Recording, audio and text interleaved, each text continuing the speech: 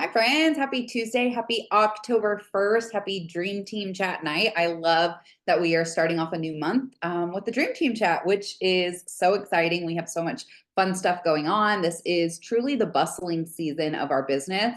And Bree and I are so excited for that. We have been powwowing on the best ways to train you guys, content that we are wanting to share with you guys. And I don't know if it's just this fall catalog excitement, but like last month when we did our business building block series, we just like came up with those notes and we were so excited.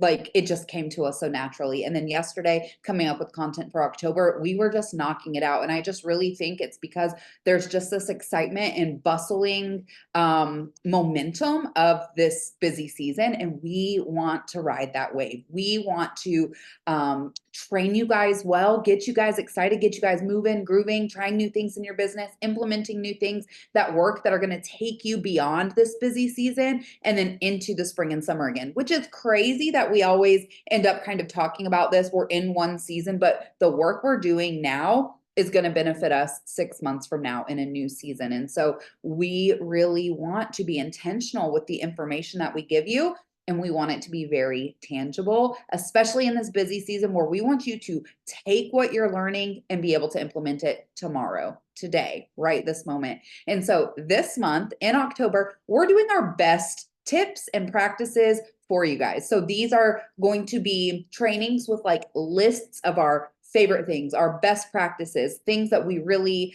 think that you should invest in and be doing in your business. And they're quite literally all tangible steps that you can take and apply immediately. And I love that. It's my favorite type of information to give because I truly believe it's helpful and it will change businesses if you take it and apply it, make it work for you, and then implement it. And so today, for our first bit of our best series, we're just talking about our 10 best business practices. And when we go through these, we want you guys to know these are tried and true things. I've been in business 9 years, Bree's been in business 7 years. We work our businesses very similarly. And these are things that we do on a very consistent basis that work. Okay. These are things that give us actual results and further our business and also keep us organized and in line and focused so we don't feel like chickens with our heads cut off 100% of the time. Okay. Still happens occasionally, but for the most part, we can reel it in and we can focus and realign. And that's what we want for you guys. Okay.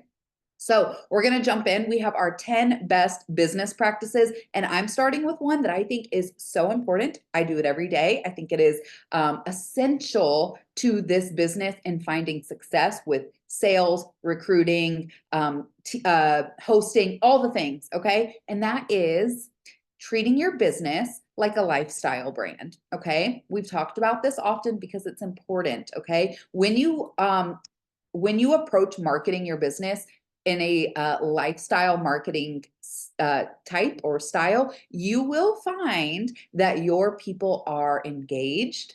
They're learning about you. They're getting to know you, like you, trust you, and they're going to want to do business with you more when you can market your products, your opportunities, your offerings in a lifestyle manner. What do I mean by that? Okay.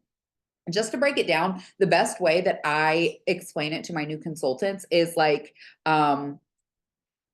marketing your business like a blog. Okay. Blogs are a little outdated. So maybe like an influencer, your favorite influencer, right? Where they are sharing products and things they love, but it's surrounded by their life. Okay. It's surrounded by the things that make them who they are. Okay. So what makes you who you are?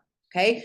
Are you a dog lover? Are you a boy mom? Are you, a PTA mom, a sports mom, a whatever it is, right? What makes you you? And then how can you implement that into your everyday marketing? Okay. And what I mean by that is using those real life pictures, sharing bits and parts of your life, stories, letting your people get to know you, and then sprinkle in Scentsy how you live your normal day-to-day life, right? For me, the Scentsy is my full-time job, so I work from home. So I'm sharing a lot of things about my home, how I make my favorite coffee, what my dinners are, filling up my diffuser in my living room, right? These are all things that make me who I am, gives my customers a little inside peek at what I'm about. And then when I'm captioning it or talking, like in my stories or something, I am talking more than just, look at this beautiful bottle of hand cream. It has sunflower oil and aloe, and it's $10 and it's absolutely incredible. No, that is not how I'm marketing at all. I'm saying, like, I am literally obsessed with pink coconut. I did not know I needed it. It makes my hands feel amazing. And yes, I'm smelling my hands all day, right? It's giving them a little bit of chuckle. It's telling them how it makes me feel, right? I'm sharing my emotions, not necessarily the specs of the products, okay? And so when you can implement your lifestyle into your business, you are going to connect with your customers more. You are going to have them get to know you more, and that helps you seal the deal, close the deal on those sales. Or when you recommend that they join, they trust you because they see you, they see how you are working your business in your everyday life. If you are just sharing product, product, product, they're never going to get to know you. And in fact, all they're doing is seeing the products they're being sold to all day. Instead, give them something to watch. Think of it as like a little show or something, right? Every day they get to watch the next episode of what's going on in your life. And you may think, oh, I'm not that interesting. Okay, I promise you, your people are out there and they're going to connect with you and they're going to keep coming back for more. It's just how we are wired. When people are connecting with you, they want more. So, as a consultant, who's wanting to build a business, we know that relationships are important. So building more by keeping them interested. Okay. Lifestyle marketing is my very first best business practice. Bree, take it away with the next one. Yes. Okay. That is gold. I agree. Okay. So the next best business practice is going to be something that we have talked about a lot in the past. And I do want to preface this by saying that it should be it should be this, but in parentheses, just really good customer service in terms of how you are relaying information and showing your customers appreciation. Okay. But for me and Alex, this has been a steady and true system that we have used in our business, although it has changed drastically from time to time. Different seasons in our business have called for going about this a different way. So let me just get on with it. It's fun mail. Okay. So fun mail is something that we consider a best business practice, with the asterisk of knowing that it costs money. And I understand that, especially like for a brand new consultant or somebody who is still trying to understand or grab hold of the idea of making this business something that is thriving, you want something long term with it. Investing in fun mail, even as simple as stamps, which is what me and Alex do, like literally just do stamps mail at this point. That's still an investment, and you may not be willing or able to make that investment, and that's okay. So I'm going to do the second part of that in just a minute.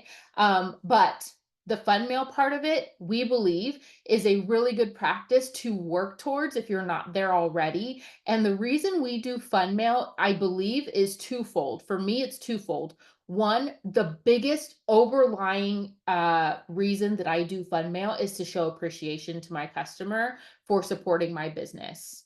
Okay, that is my number one goal. And so that's going to lead me into why fun mail is not the only way that you can do that. But for me, fun mail is something that is attainable in my business right now in this season. And so it is something that I utilize and I cherish. And then the second part of the reason why we do this is to continually share Scentsy with them, right? Sending fun mail gives you an opportunity, a unique opportunity to continuously keep your customers up to date on Scentsy, new stuff with Scentsy. You're able to send them different fragrances. You're even able to send them actual product, right, in the form of like a scent circle.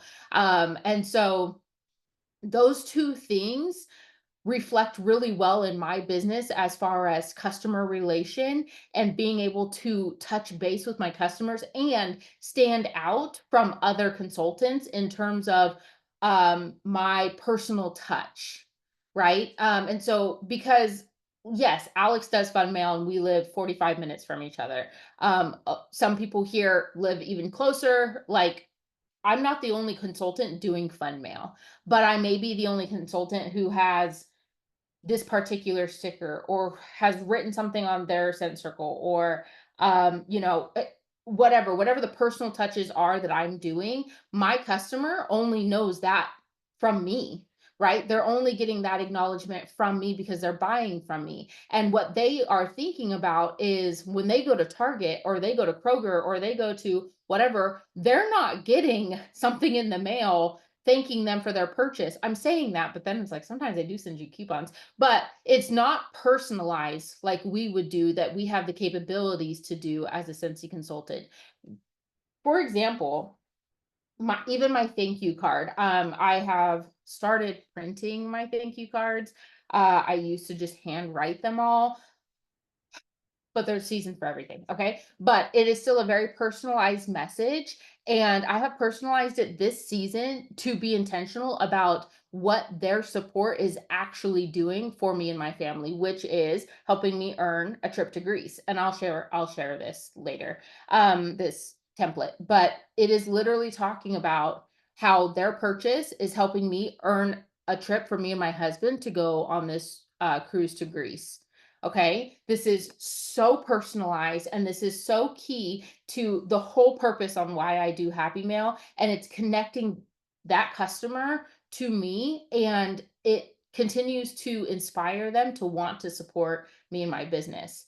And so, real quick, I'll just show you. I pulled all this stuff together while Alex was talking because I didn't think to have an example beforehand. But like I said, we only do stamps. We used to do packages. Like, we've gone all over the place, right? But different seasons, don't be afraid to be flexible with your Happy Mail. Don't be afraid to dumb it down.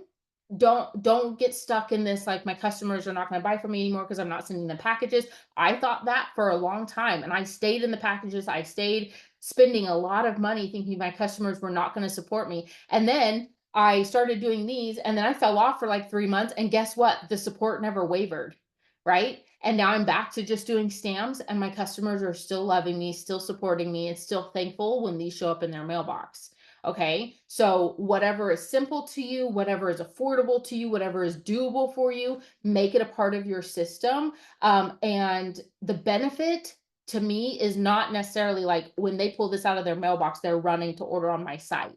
This is not what that is for me. This is my gratitude in tangible form for them, and it's also the possibility that they'll find something in this envelope that they love, that they've got to have, and they'll add it onto their next order. That's the possibility, but I know that when they get this, they think of me and it's positive. And that's what I want. I want their experiences with me to remain positive. Okay. So, just very simple. This is what I would send in my fun mail if I had enough scent circles. So I've got the envelope, right? I've got the harvest brochure, um, or holiday brochure. You can do either one. I've got the warmer and scent of the month brochure. I have a folded up product sheet. Okay. I need to print out a new one, but a $40 join special. You just never know, right? So, very simple. What's in the join? And then I've got my personalized thank you card and a scent circle. Okay. And I'm sending this with a butterfly stamp.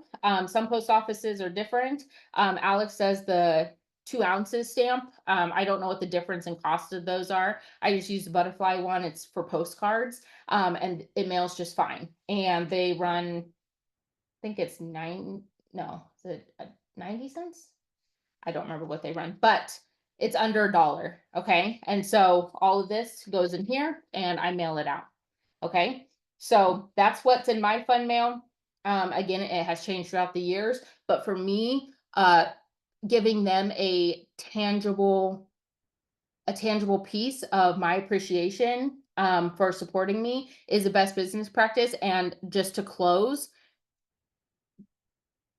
that does not have to cost you money. Okay. If you can be incredibly consistent with sending an email after somebody orders from you, or even better, sending a text message. See, I do both. I do fun mail, but I do a text message within 24 hours of somebody ordering on my site. I usually like to keep it within like 2 hours. And so I always, always, always text my customers, thank you. That's free. And their expectation probably is nothing more. So if you have not done fun mail and you're like, I don't know if I can commit to that, then text your customers and you tell them Thank you so much for your order. This is what it's supporting. This is how you're supporting me and my family. You're helping us get out of debt. You're helping us pay this bill. You're helping my daughter go to gym class. Like, whatever it may be, make it personal to you so that your customers have something to connect with you, and their support. Okay. So there you go. Okay, so good. Love it. Love fun mail too. And my customers love it. So if it's in your cards, go for it. But be consistent with it. Okay. Next up, moving on, tip number 3 for best business practices. This is something we've also talked about, and I'm not going to go into huge detail, but I will share a very detailed video tomorrow on the team page, and that is emails. Okay. Emails are an amazing way to get your customers' eyes on your business, everything all at once in one email with clickable links, okay? Get sent straight to them. They can look and browse and shop on their own time. And I find great success with emails. Oftentimes, I'll send an email like on a Friday morning, and all through the weekend, I'm getting orders and I know it's from my email. Otherwise, if I'm not getting orders from the email, later on the next week, when I'm interacting with my customers and following up, they're like, oh, I want what I saw on the email. Okay. So I know that my emails are a way for my customers to stay in the date, up to date in all the things. It's a way for me to give mass communication to a lot of people at once. Like when I send out my emails, I'm sending it to 500 or 1,000 people. Like pretty much everyone in my contacts tab gets an email. Okay. This is why it's so important when you are collecting new customer information that you get their email. Okay. That is why it's so important that when you're collecting orders from your customers, that each customer gets their own cart. Okay. That way you can track who's ordering with all their information. Sending emails is an amazing way to get that information out there. You can share personal specials in emails, which is really great because it's considered one-on-one communication. And you often get sales from it and good conversation from it. Now, it is something that builds up and takes time. There are learning curves when it comes to designing emails and how you send them. Again, I'm going to share the video tomorrow. It's about an hour long, and it literally walks you step by step how we do emails. People do them different ways. Okay. We're just sharing what we do. It literally shows you step by step how to send them. Okay. How to create them, how to add things to them, how to send them in the workstation, and then what it looks like once it's sent. So know that the resource is out there to learn. Okay. It is something that when you're diving into it, it might take you a little bit to learn and figure out and get comfortable with it.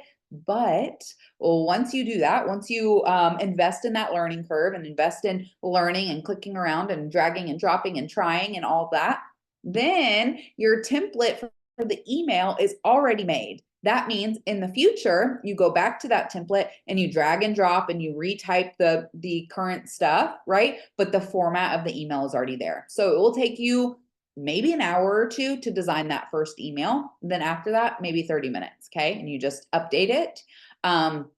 It's a really great way to get that information out, stay up to date with your customers, and see results in your business. So I highly recommend, if you have the time and if that is something that you are interested in doing, to dive into emails for your customers. Scentsy does send emails out on our behalf, but they're not personal, right? Again, I think there's a theme here. Bree talked about, your personal touch and telling a story with fun mail. And I talk about lifestyle marketing and letting your people get to know you. The email is the same thing. In my email, I'm including pictures of my kids, what we were up to this last week, maybe my favorite dinner of the week, right? And then I'm sprinkling in some Scentsy. It is mostly Scentsy, but at the top of the email and at the bottom of the email, it's personal stuff, okay? I'm putting in my real life pictures. A lot of the stuff in my email is stuff that I've posted in my VIP group the week prior, and I'm just pulling it all into an email. So it's like a newsletter of like pretty much everything over the last week, okay? And I'm highlighting different things.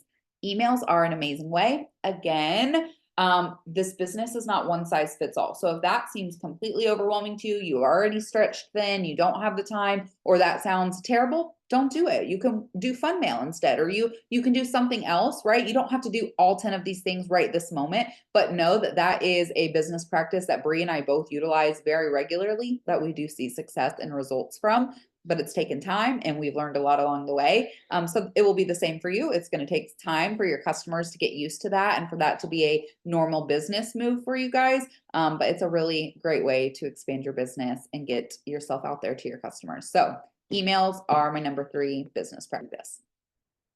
Okay, so moving on to number 4, we're kind of shifting a little bit from like personal business to looking a little bit broader, and we kind of touched on it. I don't know if it was last week, but definitely in the last 4 weeks with our previous series, and that's accountability partnering or accountability partners. And so we talked about like what the breakdown of that should look like, about it being somebody who is the same in the same space that you are, as far as like title, motivation, desire, goal seeking, all of those things. And they should be moving forward and wanting to move forward, but you two should be at the same level trying to achieve goals that are progressive.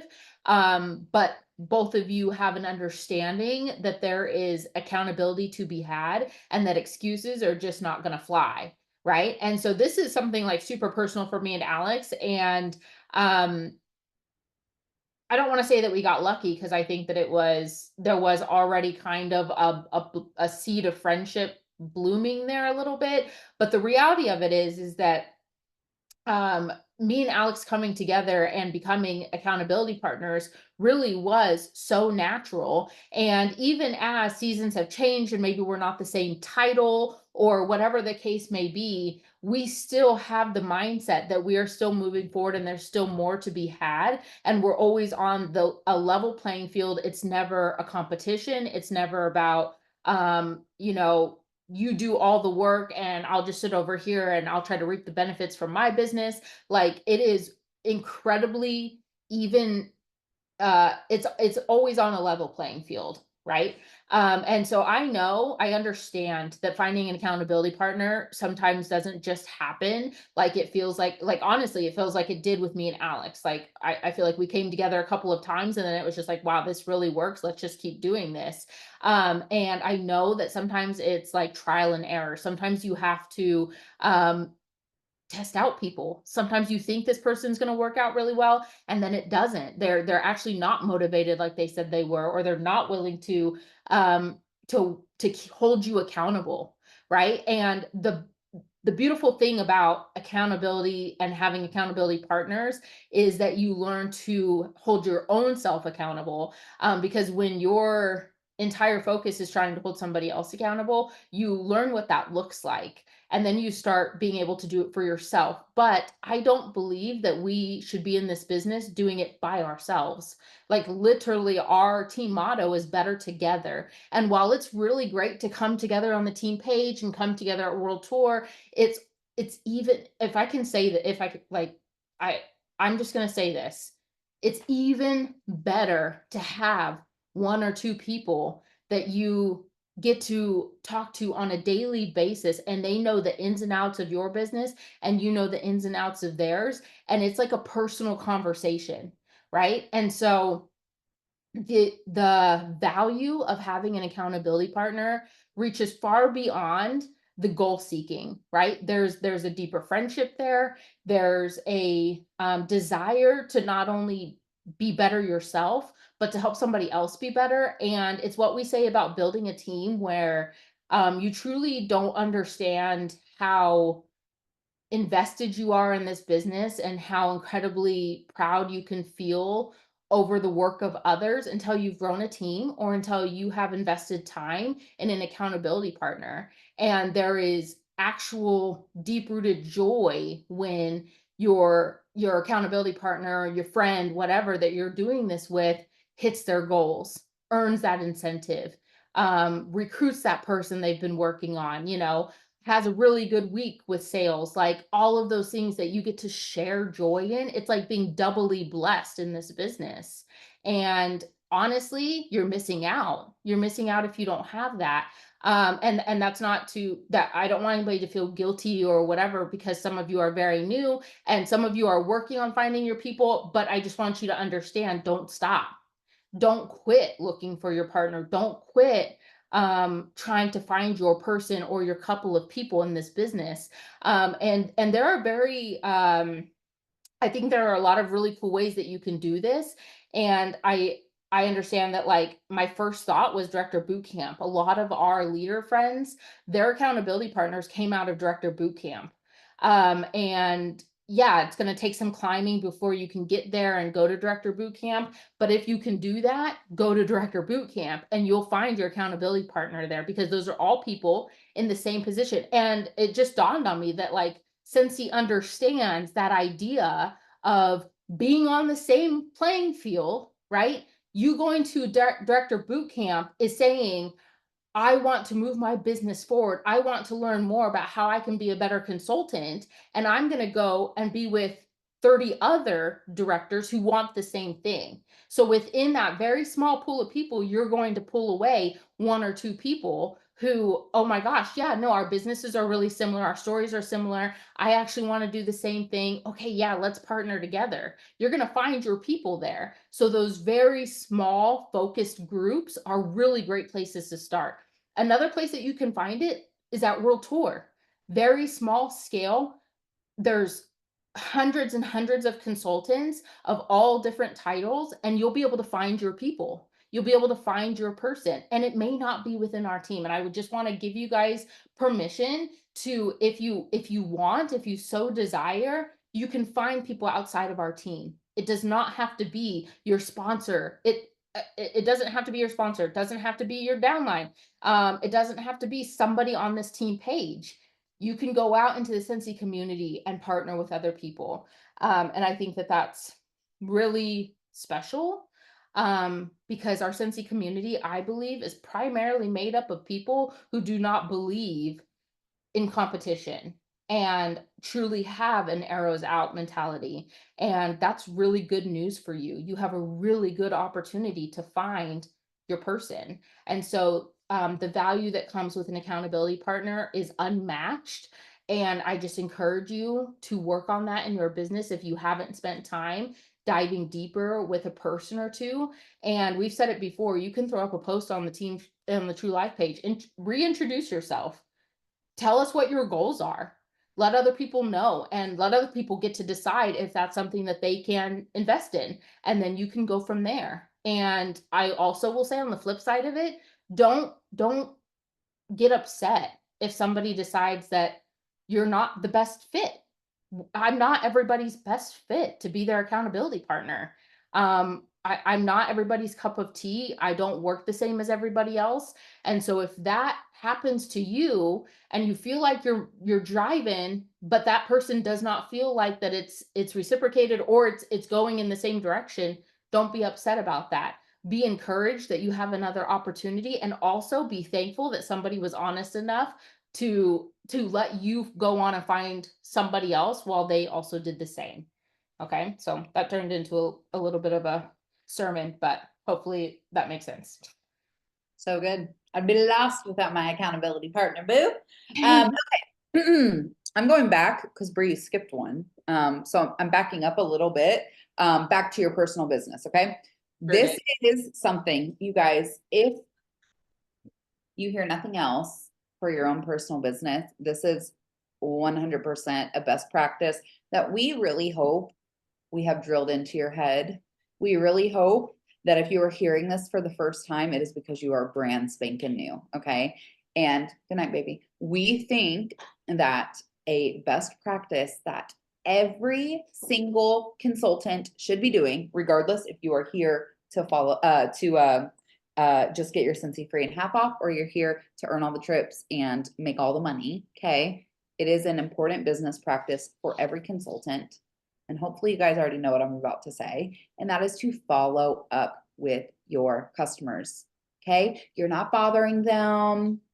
Okay. You're not an annoyance by checking in with them. Okay. It is a very professional, good consultant, great customer service thing to do. Okay. You follow up with them when they place an order. You thank them. You follow up with them after they've gotten their order to see what they're thinking, what their favorite is. You follow up with them later to offer them something, to try to get another sale. And then you follow up with them again later to offer them something and try to get another sale. And you follow up with them again later to check in and see how they're doing, see if they have any questions. Okay. You follow up with your customers. Good consultants follow up with their customers, okay? It is so important that we are checking in personally with our customers. I prefer texting my customers. I don't like to follow up with my customers via email. I feel like it's not that personal.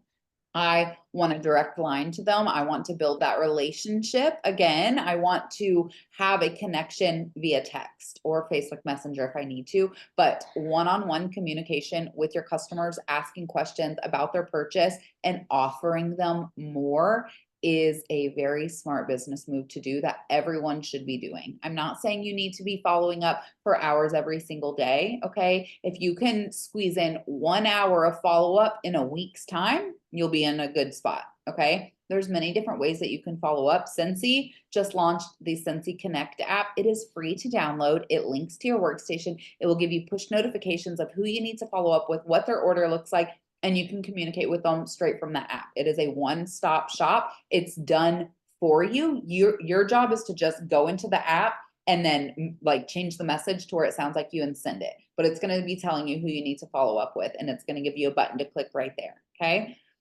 You can do it that way. You can just go down the orders tab. You can use the reorder report on the workstation. If you go to the reporting and then customers and then reorder report, you can pull up like a time zone, like between 0 and 1 month, and follow up with all of your recent customers, and then 1 to 3 months, and then try to check in with customers who have ordered a while ago, and then do 3 to 6 months, and then follow up with all the customers that it's been a while. Make sure everything's going okay. Okay. Brandy, the app is called Scentsy Connect.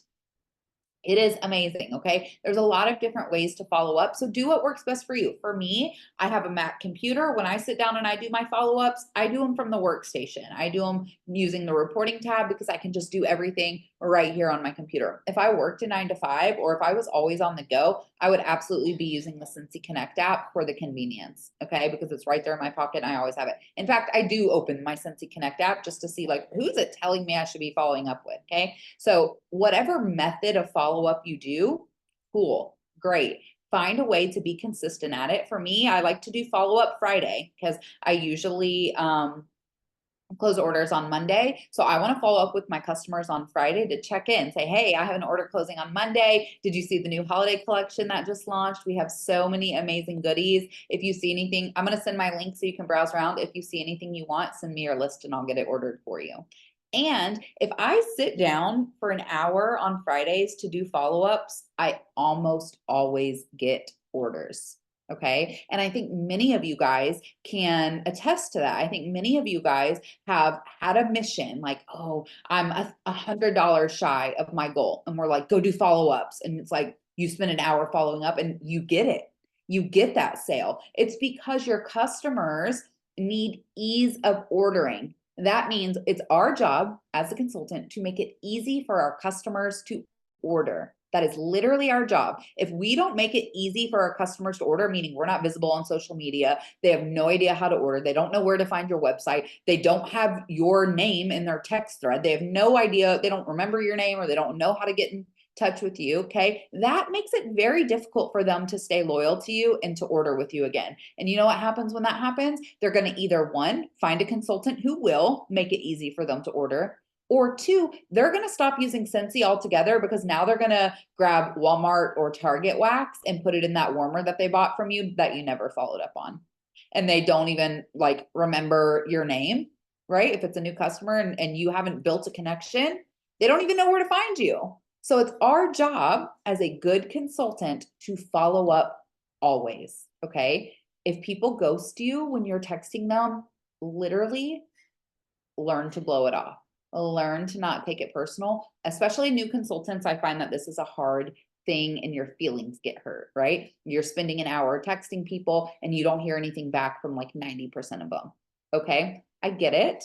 It's a learning curve, but once you recognize that you're just doing your job, you're being a good consultant, it is nothing personal. I promise you it's nothing personal. What you're doing is you're keeping yourself top of mind. Maybe they weren't ready for Scentsy right now. Maybe they didn't have the funds to splurge on some goodies for themselves right now. But then a week later, when they get their paycheck and they want to spoil themselves with some new Scentsy, they can go in their messages and find it because you recently followed up with them. Okay. Also, oftentimes when I'm sending my follow-up messages, I almost always send the link. Okay. Because it's like, I recognize that they might not reply, but I want them to have all the info right there. So I often send my link in the message. So for example, I say, "Hey Bree, this is Alex with Scentsy. I hope that you're doing well. I wanted to check in to see how you're enjoying your last round of goodies. Did you find any favorite new scents?" I like to ask questions.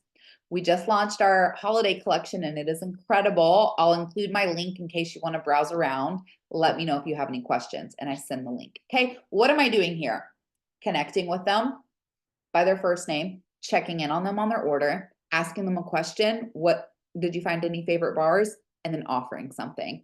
"We have a new holiday collection. Here's the link." What I find happens is that they don't reply to me, okay? But then an hour later, I have a website order from them. And then it starts again and I text them, "Hey, I just saw your order on my site. I love the goodies you picked out. Vanilla Amber is one of my favorite new scents. You're going to love it. Let me know what you think." And they're like, "Thank you. I'm so excited." And it's like, then they reply. Okay. So don't take it personal if they don't reply. You're just doing your job. Give them the information. Okay.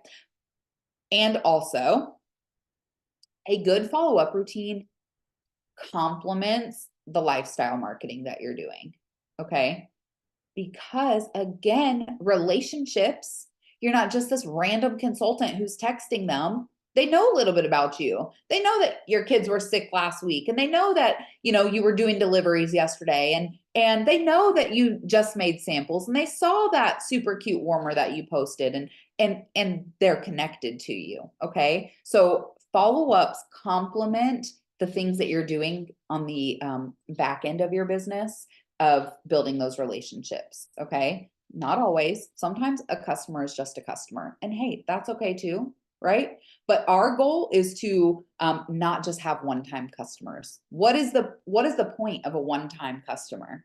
Truly, you get paid on it today, but then you have no more rewards from that. Right. So our goal as consultants is to wine and dine our customers, create a VIP experience that they enjoy, whether they're in your VIP group or not, whether you're best friends with them or not. Our job is to wine and dine our customers and build that customer relationship so they're coming back for more. Every time I have a new customer reorder for a second time, that is a huge win in my book. And it is almost always because I send them a piece of fun mail, right? So I'm not even talking my VIP group here. I try to pull everyone into my VIP group, but I truly believe that when I get that second order from my customer, it is because I sent them some fun mail and that was exciting to them probably. And also I followed up with them. So they're like, "Man, she takes her business seriously. I want to shop with her because I know I'm going to be taken care of." And it's true. That's why I tell my new customers, I am so happy to be able to take care of you because I'm going to take care of my customers because I want them to come back again and again so I can then build on that.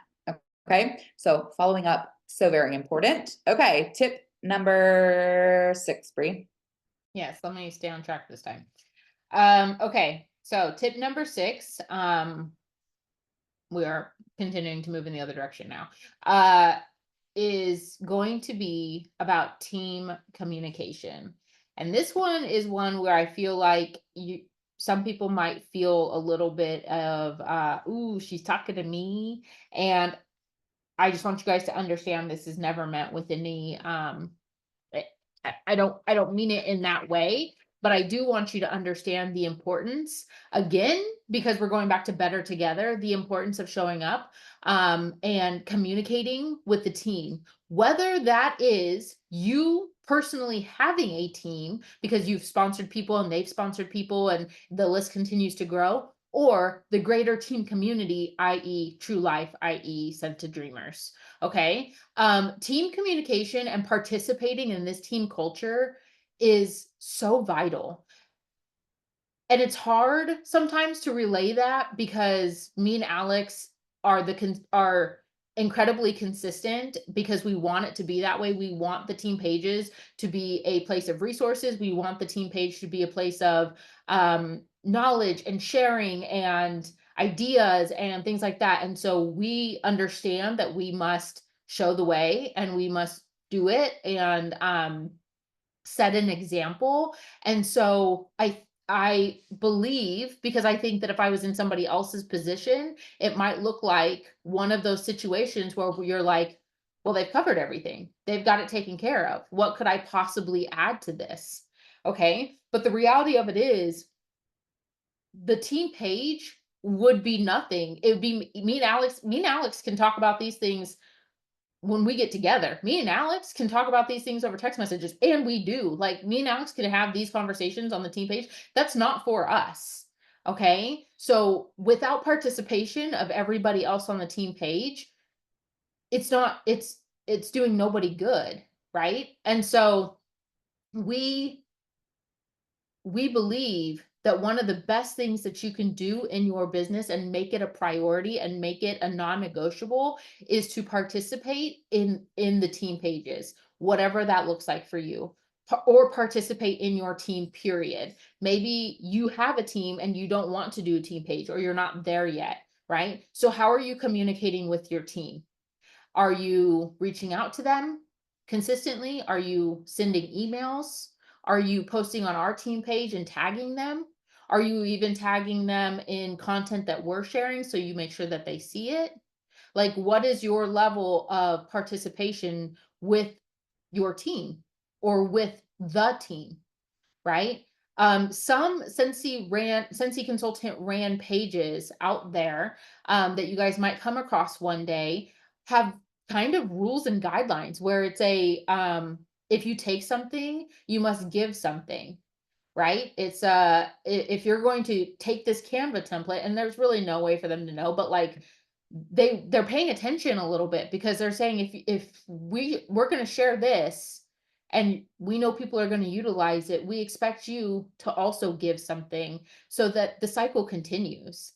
And that's not meant to be mean or stingy or whatever. That's actually the complete opposite. It's meant for that chain of giving to continue, for that arrows out mentality to continue.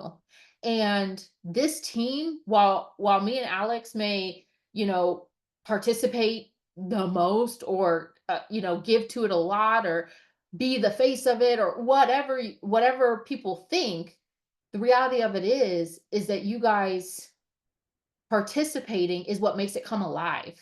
We just put the content out there, but you guys showing up and saying, "Oh my gosh, I tried that and it worked. Here's what I did." Or, "Hey, I had a home party this weekend. Here's how it went." Or, "Hey, I just followed up yesterday and got paid a title." Like, all of that participation, all of that input, all of your experiences poured into the team page is what makes it come alive. It's what makes it very tangible and real for people because I've heard out of consultants' mouth that like me and Alex are not relatable on a sensey level because we've been doing this for too long and we just seem to have gotten it and we've earned the incentives and we've promoted and all these things. And so we to some people we don't feel tangible. The content that we're sharing, the things that we're doing, even this dream team chat might feel like we could never do that. And part of that to me sometimes is excuses, but also part of that tells me that they're not getting it fed enough from people who it would be tangible from, which is you, which is you, which is what you have to give. And I'll say it until I'm blue in the face. It does not matter if you hear what I am saying, what me and Alex are saying tonight in this dream team chat, and then you go and rephrase it and put it on the team page tomorrow. That's great. Please do that. It does not matter if you think that the content is exactly the same because to somebody else who's actually just paying attention to you or is not as tuned us out, that's going to impact them. And 10 times over again, if you have a team, people joined under your team for a reason. People joined under you for a reason. So what does it look like for them to be fed by you? The idea that we have this team page where a handful of people participate and are pulling 90% of the weight it can't hold forever. We have to have everybody contributing, and you should want to do that because, like Alex was saying, you're living the lifestyle. You're working your business. Everybody here is working their business. So what's the disconnect between working your business and going on a team page and sharing it? Or going to your team and personally messaging them. I don't care if you copy and paste and say, hey, this is what I did in my business today. Send, copy, hey, this is paste, send it to somebody else. I don't care if that's what it looks like for you. What is the disconnect? Why aren't you doing that? And I think it's important that we ask ourselves these questions, right? Because I don't know that there's been a lot of days that me and Alex haven't showed up on the team page, but there's been a lot of days where we're like, why are we doing this? Like, why are we posting this content? And we have to remind each other, hence accountability partners. We have to remind ourselves that even if it gets no comments, even if it gets one like, eyes are seeing it, and we have to believe that it's for the betterment and the forward motion of our team. So you need to believe the same about whatever content you're putting out to your team page. If you feel like your team page is dead and dying, but you're putting content on it consistently and you're just putting it out there and praying somebody sees it, comments, whatever, good for you. Good for you. It's that constant example of what it looks like to be a leader, to be invested in the business, and to be an example of arrows out. Everything that I've done in this business, I'm willing to share with you. Every single thing. I don't have secrets. There is no, to me, I'm not holding a key to success. It's like, oh, you can't have this. No, and I know Alex is the same way. We're not holding back anything. And you can do a search on the team page and know that to be true. Because there's not a day that goes by that we're not providing content. And we want you to know the same for yourself, that you are actively showing up. So team communication is vital. And when you get to a leader, not to dig too much into this, but when you get to a leader title in this business, communicating with your team and your downline and your frontline is actually a requirement. And so it has to happen consistently. And so you need to understand that that is a requirement of you when you get to a leader title, and you need to know what you're going to be doing. And so you can start now. You can start as an essential consultant. You can start as a certified consultant. You can start as a lead consultant. Just start. Just start communicating. Start telling us what you're doing. Start sharing it with your team. Start sharing it with us. And I guarantee you will see your business grow. It may not be tomorrow, may not be next week. Okay, but what's going to happen is either your team is going to come alive after, and it may take some time, but your team is going to come alive, or when you do bring on a team, they are going to be so familiar with what a leader does, or this is just what we do. Even if you're not a leader, this is just how we show up in our business. Being a part of this team culture requires my involvement. And that's just it. Being a part of this team culture should require your involvement. Do we require you to post something every day? No, we're not holding you to that. But you personally, accountability wise, should be holding yourself to that. So that's it for team communication. So good. I love it. Okay, next up, we are on number 7.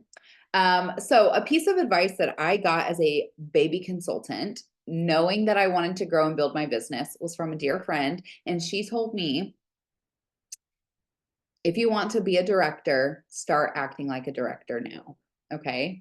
And that was me as a little certified consultant, just like with a dream to be great. Okay. I knew that I wanted to be a director. And she's like, okay, well, then start acting like one, right? You have a team of 1, shout them out, do training, show up. Okay. And that's what I did.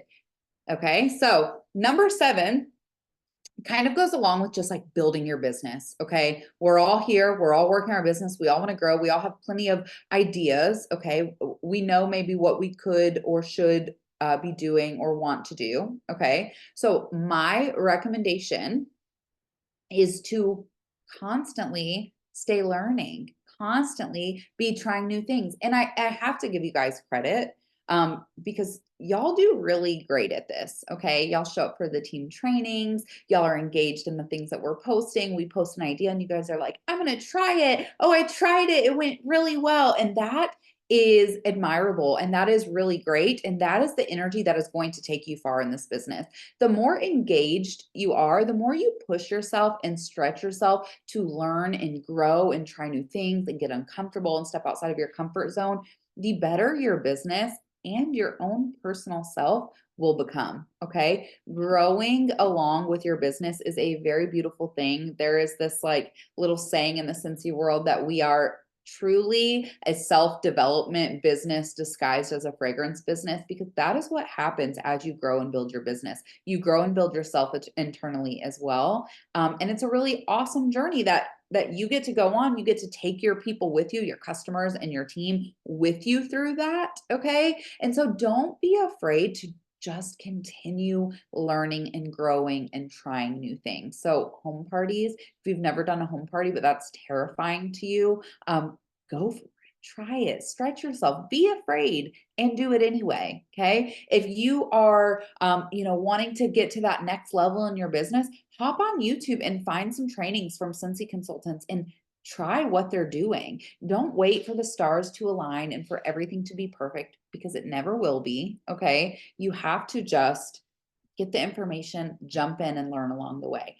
I promise you that you will learn so much more from experience versus research. Okay. You could research all day until like you literally can't see straight anymore. But if you never do anything with it, then it was just a waste of your time. It's just information that you're not using. So learn something and then do something with it, right?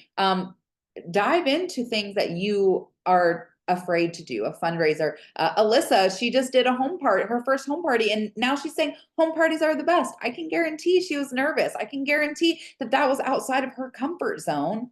But knowing that she's wanting to grow and build her business, that was a uncomfortable experience that she was willing to navigate through and learn from and end up on the other side, knowing, hey, I can do that. And that was fun. And I had great success. And so now I want to go do that again. Right. And then bouncing back to what Brie was saying, okay, she did her home party and then she's sharing on the team page, hey, I just did this awesome home party and it went really well.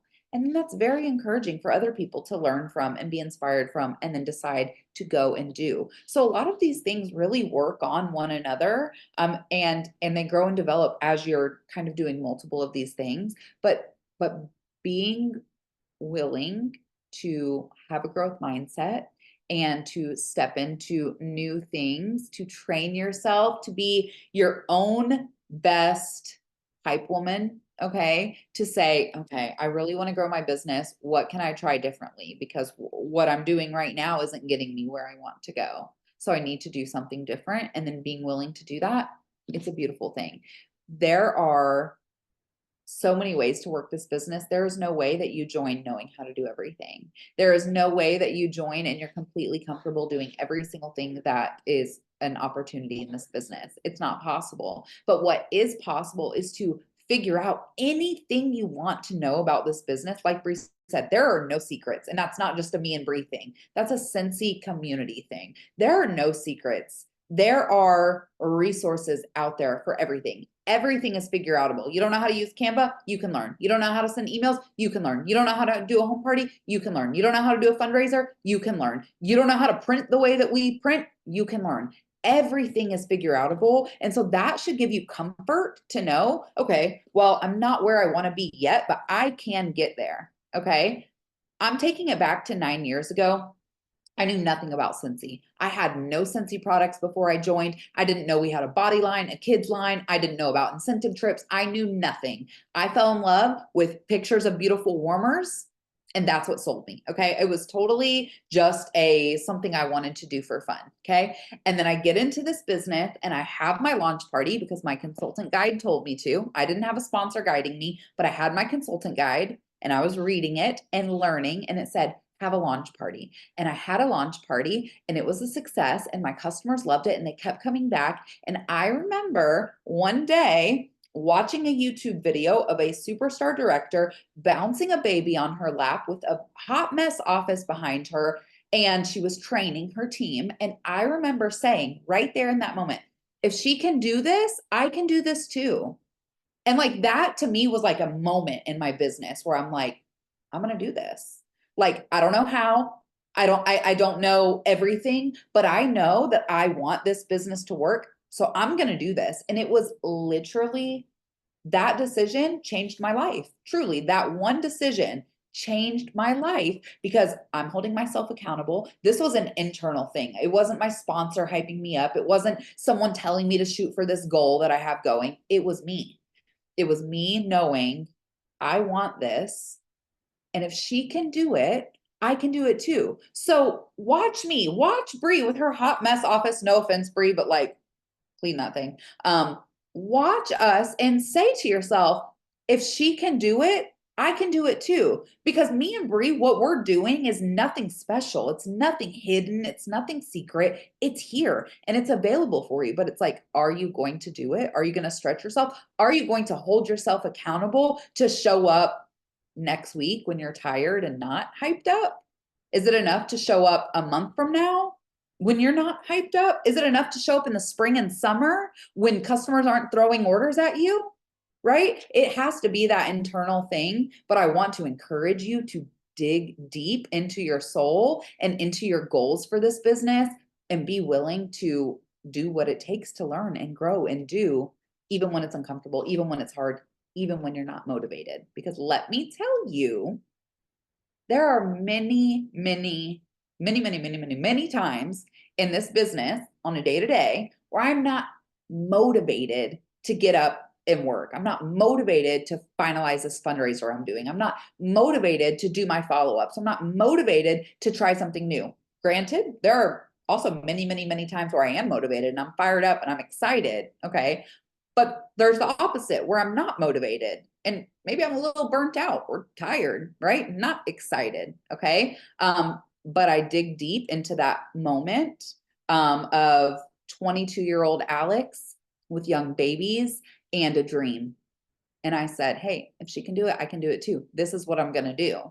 And so you kind of have to dig deep into that internally. No accountability partner can do that for you. No sponsor or director or star director or superstar director can change internally how you feel about yourself and your business and what you commit to. That's an inside job. Okay. But once you make that commitment and you're willing to stretch and grow and learn and do, I promise you the magic will start blooming there. Okay. It's a really beautiful place to be where you are just sure, no matter what, you're sure that this is what you're doing. So that's my encouragement for you guys is to just continue to grow your business, try new things, continue learning. It's a really great best practice for your business. So Bree, you are up, my girl. Yes. Okay. All right, moving on to number 8. We're kind of going back to personal business here, and we kind of talked about this a little bit, so I'm just going to try to be really quick with these couple of points that we didn't hit, but it goes back to customer service. And so obviously with this kind of being a repetitive topic, that's how much it's important to me and Alexx and our business that we withhold a high standard of customer service. And there's lots of things that you can do that speak to good customer service. And you honestly don't have to look farther than what you think in your mind is good customer service. Like if you think some act or something would mean a lot to you if somebody did it after you purchased from them, then you should do it for your customers to whatever extent you can. Okay. And so just a couple different ways that we can actually provide really great customer service by just providing information is one, having an order schedule. So like Alex was saying in her follow-ups, when she follows up with people, and I do this too, but her point was when she follows up with people, she lets them know, she gives them the information of when she is closing a party or when she's going to be placing the order. Okay? And that is really great customer service in terms of your customers knowing exactly what your plan is. And it's like twofold. It might be partly selfish because it creates urgency, which I love. I love to create urgency with my customers. I'm closing it tonight and I already know in my head, I'm like, well, I might have to wait till tomorrow morning for this order. But like, I want to create urgency. I want my customers to think that this is like, hey, get in while you can, you know, because I don't want my customers to forget and things like that. But also, um, it lets your customers know, one, that you're working your business, and that you're putting yourself on your own schedule, right? You're trying to keep up with your own schedule deadlines. And the wonderful thing is most people probably don't think this deeply into it, but it's like once you say something, you said it. So like, should anything happen and whatever, and they're like, but wait, no, you said that. It's like, oh yeah, no, I did say that to you, you know? So again, another level of accountability, but it's also building that relationship, that rapport, that trust that your customer can know that when you say you're going to do something, you're going to do it. So there's that other piece of it, right? If you're going to say you're going to close a party on Friday and you have a customer who expects that and wants that and whatever, and then you don't, like there could be consequences for that. Or unless you're properly communicating changes, right? Which is also good customer service. And this isn't noted on here, but setting proper expectations with your customers is the one of the highest forms of customer service that you can do. Okay. Under promise and over deliver is a great motto to live by, especially in the Scentsy world, where we only can control what we can control, right? We can't control supply. We can't control ports shutting down. We can't control you know, how much of a product that Scentsy ordered. We can't control a delay, right? But what we can control is conversations we're having with our customers about said products. And so this idea, like last night at 2, 3 a.m. when we were all up placing these orders, and you told your customer, yep, I'll get that RV for you. Maybe the conversation should have been, yeah, I'm going to be up at 2 a.m. and I'm going to do my darndest to get that RV for you. But if I don't, I will refund you. Right. And then them waking up this morning to your text message saying, I secured your order. I can't wait for you to get it. I was up at 2 a.m. I had to wait for 15 minutes in the waiting, you know, you under promised and over delivered. That's an incredible skill that I think good customer service people have. It's a way of engaging with your customer that intentionally builds trust. And even on the smallest things, right? Where you're like, you know, if we have a launch next Monday on something, when the bricks come out, and it's like we can pretty much be like 99.9999% confident that bricks aren't going to sell out, right? But if you gather some orders from bricks and you be like, okay, I'm going to be on when it comes out, I'm going to do my best to get you those two that you really want. But if I don't, I promise I'll refund you, but I'm going to try my hardest. And it's like, how cool will it be when you're like, all right, sitting pretty, I got all my bricks, they're still available, I know they're going to be fine, and you get to text your customer like, I got your bricks, like the sense that you were wanting, they'll be on their way to you, I'll let you know when they're shipping. It really comes down to communication. It really comes down to being able to open that avenue for dialogue to let your customer know when things are going great and you got what they wanted, but also the trust and the vulnerability to say, oh my gosh, I know that you really wanted that warmer and I'm so sorry. Like I did not get it. I tried. Is there anything that I can do to satisfy that warmer need? We have some other beautiful warmers I think you'd love, and having that conversation with them, being able to be vulnerable. Okay. Um, and that all ties into building relationships, building.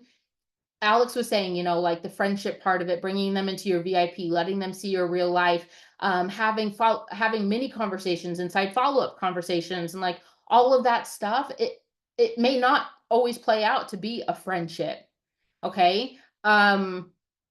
But every piece of communication that you're sending, every text that you're sending is either building a positive relationship or neutral or negative, in my opinion. And it's so funny. I don't know if anybody else plays Sims, but this is what I'm relating it to. And it's like in Sims, they have like little positives over their heads when it's like a good interaction, or like if it's a negative interaction, it's like a negative sign. And so it's like, but that's how we should be viewing our communication with our customers, right? And not everything that we think is a negative to them, but knowing how to communicate and understanding and being able to keep that dialogue open with them is so important. And building relationships on a day to day, being consistent, things like that. And same goes for like deliveries. If you're doing deliveries, to me, that's like really great customer service. And especially if you're like not charging them for delivering, not charging them for shipping. Like I don't do that. I don't charge them for shipping or anything. I just love to deliver. I love to be in my car. I love to go and drop things at people's houses. So I don't charge my customers. But to them, and like they think that's really great. But like I know that I pay stupid amounts of money on delivery fees to get things delivered to my house, and I live closer than some of the deliveries I'm doing. So it's I just know how appreciative I would be if somebody was willing to deliver my stuff every time I placed an order, right? So, if you are somebody, and you don't have to do this, but if you are somebody who's delivering, just know that that is really great customer service as well. Okay. So I'm gonna end that there. Yep, so good. Okay, next tip, guys, we only have 2 left. So if you're taking notes, this is number 9. We believe for a good business to continue growing, some of the best practices, and hopefully, again, this is something that you guys know, it is to always be mindful of expanding your business, growing your network, meeting new people, getting new eyes in your business. It is so important. Okay. The same people can only order so much Scentsy. And this is what I find, I'm sure Bree finds the same, is that when new consultants start, the first like 3 months or so, they are bustling and excited because all their friends and family are purchasing Scentsy, and maybe they're falling in love and purchasing it again, and maybe they're trying a new product and they're purchasing it again. Okay. But eventually they can't continue purchasing Scentsy like that. They're going to get all the Scentsy they need. They're going to hit their max budget. They're going to be like, okay, I literally cannot order any more Scentsy. I've been going crazy on Scentsy. Now, they'll likely be back later, okay? Because you're going to be following up, you're going to be sharing new things. They're going to, right? Like they are going to order again, but it's not likely going to be on the same frequency or caliber as like when you first join. And this is where I tend to find what I call the fizzle out happens with new consultants, where they hit that 3-month mark and people aren't ordering the same way that they were in month 1 or month 2. And they recognize, or maybe they don't recognize, that I have to continue expanding my network. These same people cannot be what grows my business. I have to grow my business by growing people in my business. Okay. And this is where people either decide to go for it or they decide, I don't want to do that. Okay. But my guess is if you are showing up for trainings and you are wanting more in your business, that you recognize that you have to get new people in your business. And so this is why it's important that we are consultants who are trying different things, that we are consultants who are partying, doing home parties, doing Facebook parties, doing fundraisers, doing events. And maybe you don't have to do all of those right now. Like you don't have to be a consultant who's juggling a million things, right? You can hone in on 1 or 2 things that you're doing well in this season, right? And maybe in another season, you try to add something else in or switch things up. But it is so important that we are very focused on finding new customers and expanding your network. And in fact, every new customer that you bring into your business, I want you to celebrate that. Okay. I used to have, and I need to do it again, but I used to have what I would call my running list of 100, where it's when new people come into my business, whether they ordered on the website, on Scentsy.com and it got routed to me, or I meet them on a Facebook group, or I meet them in person, or it's my neighbor who just found out I sell Scentsy and she placed an order, right? When I have new people in my business, I would write their names down and write how I met them. Okay. For two reasons. One, because I wanted to be very intentional about following up with those people in particular to build that relationship and get that to be a second time customer or more. Okay. And two, like for my own pat myself on the back, because it's like, yeah, I'm meeting new customers. This is awesome. Okay. It's absolutely worth celebrating. And in fact, I'm gonna start doing my running list of 100 again, because it is such a great tangible way to see your business growing, because you are having new eyes in your business. So I would recommend that. I would recommend creating a list on your phone or in your planner or wherever of new people you are meeting in your business. So it's a bit of accountability for yourself, right? And then you can look at that list and you're like, wow, it's been 2.5 months since I've added someone to this list. Like I need to do something in my business, right? My goal every month is to get new customers. Every single month, I want new customers. So that's my encouragement for you guys, is that you will be open to networking and expanding, and knowing that that's going to take some of that legwork and trying new things, right? Branching out into your local community, joining a mom's group, joining a mom's club, right? Getting involved at your church or at your kid's school or on the sports team, talking, branding yourself, right?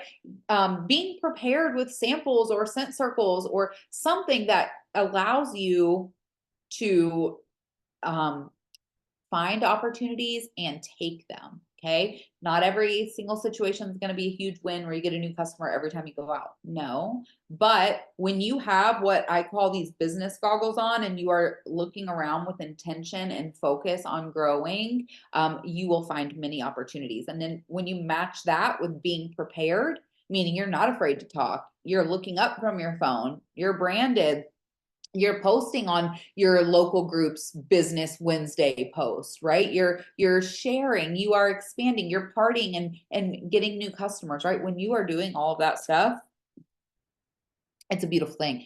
It ensures that your business is quite literally growing. Like that is a 100% indication that your business is growing. And when you have those business goggles on and you're met with preparation, that's a surefire way to be adding to that list. So be willing to be networking and expanding your business. Okay, number 10, Bree. All right, I'm gonna take us home and I'm gonna try to do it in 8 minutes or less. Okay, the last one, we've already kind of touched on this, personal accountability. Maybe this should have been number one, to be honest, because you can have all the accountability partners in the world. You can have your best friend as your accountability partner. You can have the fun mail. You can have the cute pictures. You can have the emails. You can have all these systems in place. But if you are not holding your feet to the fire and ensuring and time blocking and making sure that you are actually doing it, it's worth nothing. It's worth nothing. Prime example of this is this morning. Um, I I texted Alex and was like, "Hey, do you want to get on Zoom so we can get some work done?" And she was out and she's like, "Yeah, it'll be around this time. I'm not home yet." Blah blah. I was like, "Okay." So I was like, "Okay, what do I need to get done? What can't I do while I'm trying to talk to her?" And I got busy in my office doing it. Imagine all of the work that I would not have gotten done in that 45 minutes if I would have just sat and waited for Alex to tell me what she was doing so she could hold me accountable to what I needed to do. You guys, we cannot rely, your business will not go anywhere if you rely on other people. You have to have personal accountability in your own business, period, point blank. That's it. Okay. And to us, this looks like obviously doing the things that we're talking about here. Alex can't take my pictures for me. She can't send my fun mail out. She can't send my emails to my customers. She can't do my follow ups. She can't network for me. Right. So I have to make time in my own schedule and I have to allow myself to put Scentsy on, the Scentsy hat on, to sit down and to dedicate time to this and make time for it. Okay. And on a day to day basis, this looks like scheduling post. Okay. Either at night in bed, in the early morning, or sometimes if I get a free time during the day, I'm scheduling post. To me, that's income producing. That's a must have. I need to be showing up consistently on social media. So I'm scheduling my post. First thing in the morning when I get home from taking my kids, or sometimes if I have a couple minutes to spare, I'll run in my office, get on my workstation, track my numbers. I'm tracking my numbers every single day. It's non-negotiable. That's holding myself accountable to what my month is looking like and to where I want to be, right? Fun mail. I have to pick a day to work on my fun mail. My orders revolve around my fun mail. Literally placed an order at 2 a.m. this morning and it revolved around scent circles for the most part. Like, these things, these habits that I have in my business, I have to hold myself to the standard that if they don't get done, my business does not move forward. Period. And there is not enough time on Zoom with Alex, or there's not enough days in the week that we can get together that I would be feeling motivated to do it with her. And I'm saying that because we both talked about, or we talked both about in this call, partnering with somebody for accountability, but it is so important that at the bare minimum, you are able to hold yourself accountable to the needs of your business on a day-to-day scale. Okay? The purpose for a accountability partner is when you're feeling like you need somebody to help move you forward past where you are. And you can't no accountability partner can get you past being a stick in the mud when you're not even doing these things, these essential habits. This is like bare minimum essential consultant habits that you should be implementing consistently in your business. Personal accountability, again, is one of those things where if you feel like you don't have it, in some areas of my life, I don't have it. Working out, I don't have it. Eating healthy, I ain't got it. Okay. I can do good for a little bit, but I fall off.